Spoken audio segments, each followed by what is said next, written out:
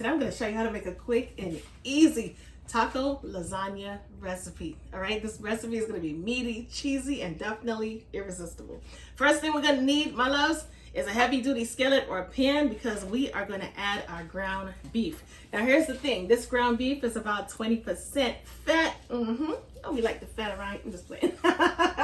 So once everything is done, we're going to drain it off and get rid of that excess fat. Of course, if you're using a leaner cut of meat, then, you know, so be it. You don't have anything to drain at the end of the process, of course, so it should be a quicker process for you. However, if you want to swap with any type of ground meat, you definitely can do that.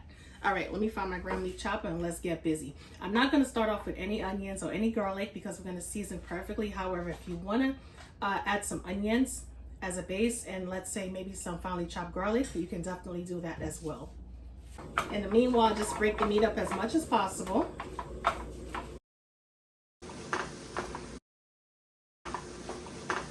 I gotta be honest, this is one lean 80%. I'm literally expecting the 20% fat, but as you can see, there's nothing, all right? So we're not gonna drain today. However, you know the deal. If you have to strain off your ground beef, then definitely do so. For today, we're gonna add some of my Cooking with Tammy all-purpose seasoning. Give it some flavor. I'm also gonna add some of my Yo Who's Hungry, because we're starving over here, okay? Along with some taco seasoning. I'm gonna add the full packet of taco seasoning.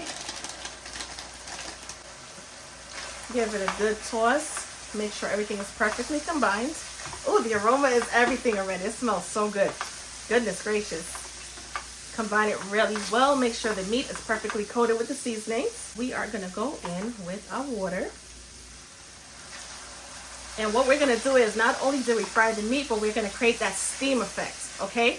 And from the steam effect, the meat is gonna be nice and tender and not only juicy, but melt in your mouth as well. So let's add some tomatoes and chili, also known as Rotel. Gonna lower that flame, and I'm gonna allow it to simmer for about 2 to 3 minutes because I want all of the flavors to literally engage, you know what I'm saying, and become one. Because we're gonna be using the tortillas in place of lasagna noodles, we're gonna toast our tortillas simply because if you've ever made this recipe before, right, or even similar, and you use the tortillas as lasagna, what could happen is this could definitely go soggy and it's not gonna taste so great. So in order to keep this nice and crispy and nice and warm, right, we're gonna toast it just as if we're making regular tortillas for, like, let's say maybe a burrito or something like that. In the meanwhile, I'm gonna use my tawa. Okay, that's the actual name of it. However, if you want to refer to it as a sideless cast iron skillet, I guess you can. But this right here, my loves, I love this right here. I've had it for so many years and it definitely gets the job done. It's popular when it comes to making roti. So for now, we're gonna heat up the tortillas nevertheless. And if you have one of these, you know you don't want to go in with your hands unless you're experienced, because this guy right here gets it really, really hot. You see the little bubble action taking place? That's how you know your tortilla is about to, woo, it's getting nice and hot. All right, then I place it right here. And also heating it up is also gonna allow it to be pliable. You know, you're gonna be able to bend it and maneuver it a little bit better than just having this straight out the bag hard tortilla. That's not in compliance with you. Part 3 of this recipe is so easy because all you need to get is a can of refried beans and some sour cream, and guess what? Combine it together. Just like that. We're gonna mix it up really well. I can smell the cumin, oh my goodness, inside of the beans. It smells good. As you can see, that was the most quickest combination mix ever. This is perfect texture, just like this. To a 9x13 casserole dish, we're gonna hit it with some non-stick cooking spray. Just a little oil, whatever you may have. We are gonna start off with adding our nice warm tortillas to the casserole dish. These are the medium tortillas. We're gonna spread some of our refried beans and cream mixture onto the tortilla. And this is gonna work as our base. It's almost as if you're adding ricotta cheese. Don't skim on the refried beans and the sour cream. Simply because refried beans contain a lot of protein. Yes, you want that protein. Get what I'm saying? Let's go in, let's add some meat. Now I know to a lot of you, this part right here looks gorgeous. Bring on the meat, Tammy.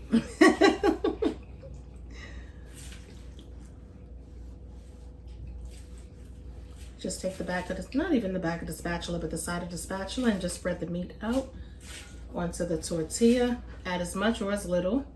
Good thing about this recipe is if you have, like, let's say maybe 3 pounds of meat, I mean, like, you want to make the whole pack, why not? This is a Mexican blend, of course. We're gonna add another layer.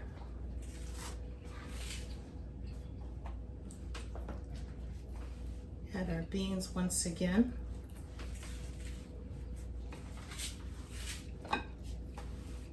And of course, with this recipe, add as much or as little of what you prefer. If you want to add less beans, less sour cream, or if you just want to add maybe the ratio to sour cream is going to be less than the beans, you could definitely rock out like that as well. Add the last bit of our delicious meat. Oh man. We're gonna add some more cheese.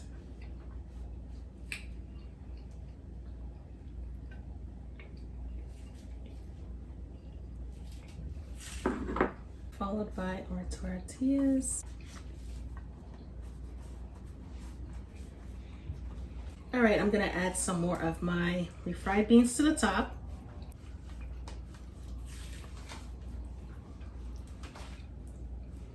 Perfect.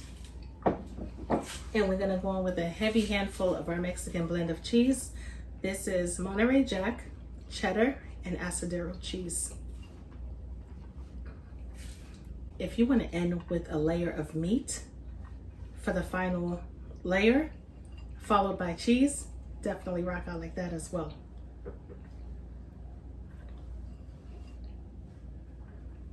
I'm gonna add some green onions on top. For this recipe, add whatever. If you love more beans, add more beans. If you have a can of black beans, you want to use those, you could definitely use those as well.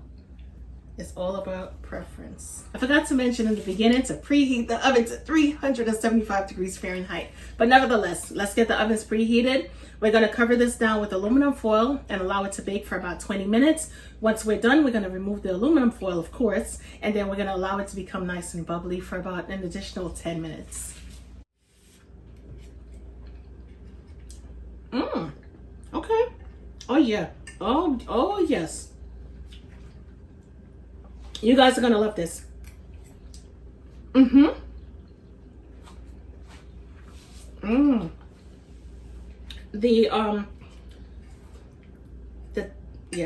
authentic Mexican flavors are there. I'm tasting cumin, and I'm also tasting believe it or not, this is giving enchilada. This is definitely giving enchilada. It's so delicious. Oh my goodness. And the great thing about it is, check out our tortilla. And we're getting that cumin, of course, from the refried beans. Check out that little flakiness going on right there on the crust, right? And that was the main reason as to why I mentioned to cook the tortillas first. Because if you just take it straight out of the bag and you make this dish, the tortillas are gonna be soggy. Oh my goodness, my loves. Definitely give this recipe a try. Add some green onions, jalapeños, or even tomatoes, corn, whatever. Make it look really good before you serve it up.